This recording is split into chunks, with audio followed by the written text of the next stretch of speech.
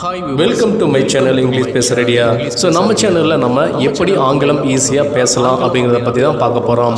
நம்ம டெய்லி லைஃப்பில் எப்படி ஆங்கிலம் ஈஸியாக கற்றுக்கலாம், எப்படி பேசலாம் அப்படிங்கிறத பற்றி ஸ்டெப் பை ஸ்டெப்பாக பார்க்கலாம். அதுக்கு முன்னாடி நம்ம சேனலை இப்போ தான் நீங்கள் ஃபஸ்ட் டைம் பார்க்குறீங்க, அது இல்லாமல் ஆங்கிலம் உங்களுக்கு கற்றுக்க ஆசையாக இருக்குது, விருப்பமாக இருக்குது அப்படின்னா நம்ம சேனலை லைக் பண்ணிவிட்டு மறக்காமல் சப்ஸ்கிரைப் பண்ணி வச்சுக்கோங்க. வழக்கம் போல் இந்த நான் நாளை உன்னை அழைப்பேன். நான் நாளை உன்னை அழைப்பேன். இந்த தமிழ் வாக்கியத்தை எப்படி ஆங்கிலத்துல சொல்லலாம்? நான் நாளை உன்னை அழைப்பேன் அப்படின்னா I will call you tomorrow. I will call you tomorrow. Will அப்படின்னா எதிர்காலம், கால் அப்படின்னா அழைப்பது, டுமாரோ அப்படின்னா நாளை. சோ நான் நாளை உன்னை அழைப்பேன் அப்படின்னா எப்படி சொல்லலாம்? I will call you tomorrow. இப்படிதான் சொல்லணும். சரியா? புரியுதா? அடுத்த வாக்கியம் பார்க்கலாம் வாங்க. அவன் கொஞ்ச நேரத்தில் வருவான். அவன் கொஞ்ச நேரத்தில் வருவான். இந்த தமிழ் வாக்கியத்தை எப்படி ஆங்கிலத்துல சொல்லலாம்? அவன் கொஞ்ச நேரத்தில் வருவான் அப்படின்னா he will come soon. he will come soon. come அப்படின்னா வருதல், soon அப்படின்னா விரைவில். சோ அவன் கொஞ்ச நேரத்தில் வருவான் அப்படின்னா எப்படி சொல்லலாம்? he will come soon. இப்படிதான் சொல்லணும். சரியா? புரியுதா? அடுத்த வாக்கியம் பார்க்கலாம் வாங்க. நான் இதை மறக்க மாட்டேன். நான் இதை மறக்க மாட்டேன். இந்த தமிழ் வாக்கியத்தை எப்படி ஆங்கிலத்துல சொல்லலாம்?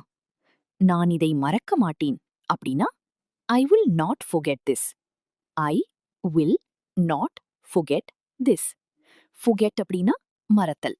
சோ நான் இதை மறக்க மாட்டேன் அப்படின்னா எப்படி சொல்லலாம்? I will not forget this. இப்படிதான் சொல்லணும். சரியா? புரியுதா? அடுத்த வாக்கியம் பார்க்கலாம் வாங்க. அவள் உனக்கு உதவுவாள். அவள் உனக்கு உதவுவாள். இந்த தமிழ் வாக்கியத்தை எப்படி ஆங்கிலத்துல சொல்லலாம்? அவள் உனக்கு உதவுவாள் அப்படின்னா she will help you. she will help you. help அப்படின்னா உதவி. சோ அவள் உனக்கு உதவுவாள் அப்படின்னா எப்படி சொல்லலாம்? she will help you. இப்படிதான் சொல்லணும். சரியா? புரியுதா? அடுத்த வாக்கியம் பார்க்கலாம் வாங்க. நான் உன்னுடன் வருவேன். நான் உன்னுடன் வருவேன். இந்த தமிழ் வாக்கியத்தை எப்படி ஆங்கிலத்துல சொல்லலாம்? நான் உன்னுடன் வருவேன் அப்படின்னா ஐ will come with you. I will come with you. With அப்படின்னா உடன், கம் அப்படின்னா வருதல். சோ நான் உன்னுடன் வருவேன் அப்படின்னா எப்படி சொல்லலாம்? I will come with you. இப்படிதான் சொல்லணும். சரியா? புரியுதா? அவர்கள் நாளை கிளம்புவார்கள். அவர்கள் நாளை கிளம்புவார்கள். இந்த தமிழ் வாக்கியத்தை எப்படி ஆங்கிலத்துல சொல்லலாம்? அவர்கள் நாளை கிளம்புவார்கள். they will leave tomorrow. they will leave tomorrow. leave அப்படின்னா கிளம்புதல், tomorrow அப்படின்னா நாளை.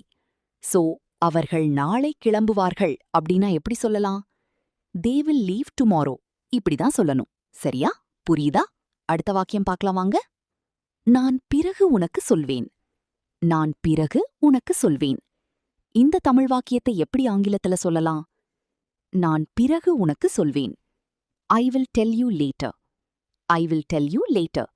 டெல் அப்படின்னா சொல்வது, லேட்டர் அப்படின்னா பிறகு. சோ நான் பிறகு உனக்கு சொல்வேன் அப்படின்னா எப்படி சொல்லலாம்? I will tell you later. இப்படிதான் சொல்லணும். சரியா? புரியுதா? அடுத்த வாக்கியம் பார்க்கலாம் வாங்க. அவன் உன்னை நினைவில் வைத்துக் கொள்வான். அவன் உன்னை நினைவில் வைத்துக் கொள்வான். இந்த தமிழ் வாக்கியத்தை எப்படி ஆங்கிலத்துல சொல்லலாம்?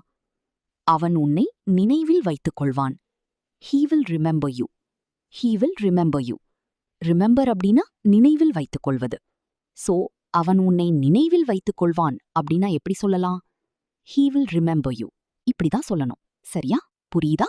அடுத்த வாக்கியம் பார்க்கலாம் வாங்க. நான் விரைவில் திரும்பி வருவேன். நான் விரைவில் திரும்பி வருவேன். இந்த தமிழ் வாக்கியத்தை எப்படி ஆங்கிலத்துல சொல்லலாம்? நான் விரைவில் திரும்பி வருவேன். I will come back soon. I will come back soon. Come back அப்படின்னா திரும்பி வருதல், சூன் அப்படின்னா விரைவில். சோ நான் விரைவில் திரும்பி வருவேன் அப்படின்னா எப்படி சொல்லலாம்? I will come back soon. இப்படிதான் சொல்லணும். சரியா? புரியுதா? அடுத்த வாக்கியம் பார்க்கலாம் வாங்க. அவன் இதை புரிந்து கொள்வாள். அவன் இதை புரிந்து கொள்வாள். இந்த தமிழ் வாக்கியத்தை எப்படி ஆங்கிலத்துல சொல்லலாம்? அவன் இதை புரிந்து கொள்வாள். she will understand this. She will understand this. Understand அப்படின்னா புரிந்து கொள்வது. சோ அவன் இதை புரிந்து கொள்வாள் அப்படின்னா எப்படி சொல்லலாம்? She will understand this. இப்படிதான் சொல்லணும். சரியா? புரியுதா? அடுத்த வாக்கியம் பார்க்கலாம் வாங்க. நான் உனக்காக காத்திருப்பேன். நான் உனக்காக காத்திருப்பேன். இந்த தமிழ் வாக்கியத்தை எப்படி ஆங்கிலத்துல சொல்லலாம்? நான் உனக்காக காத்திருப்பேன். I will wait for you. I will wait for you. Wait அப்படின்னா காத்திருத்தல்.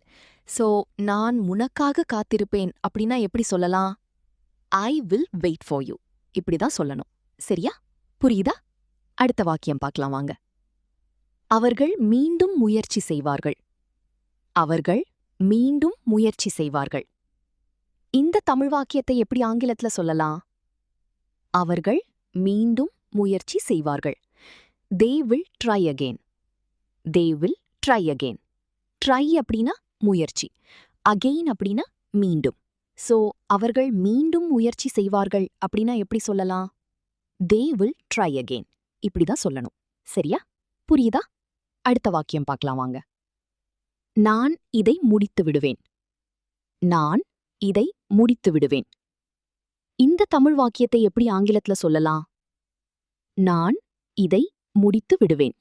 I will finish this. I will finish this. Finish அப்படின்னா முடித்தல். சோ நான் இதை முடித்து விடுவேன் அப்படின்னா எப்படி சொல்லலாம்? I will finish this. இப்படிதான் சொல்லணும். சரியா? புரியுதா? அடுத்த வாக்கியம் பார்க்கலாம் வாங்க. அவன் உனக்கு பதில் சொல்லுவான். அவன் உனக்கு பதில் சொல்லுவான். இந்த தமிழ் வாக்கியத்தை எப்படி ஆங்கிலத்துல சொல்லலாம்?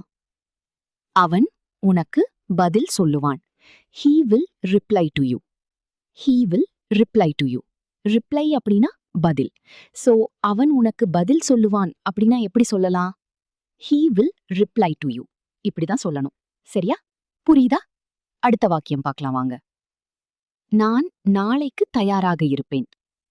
நான் நாளைக்கு தயாராக இருப்பேன். இந்த தமிழ் வாக்கியத்தை எப்படி ஆங்கிலத்துல சொல்லலாம்? நான் நாளைக்கு தயாராக இருப்பேன். I will be ready tomorrow. I will be ready tomorrow. Ready அப்படின்னா தயார். டுமாரோ அப்படின்னா நாளை. சோ நான் நாளைக்கு தயாராக இருப்பேன் அப்படின்னா எப்படி சொல்லலாம்? I will be ready tomorrow. இப்படிதான் சொல்லணும். சரியா? புரியுதா? அடுத்த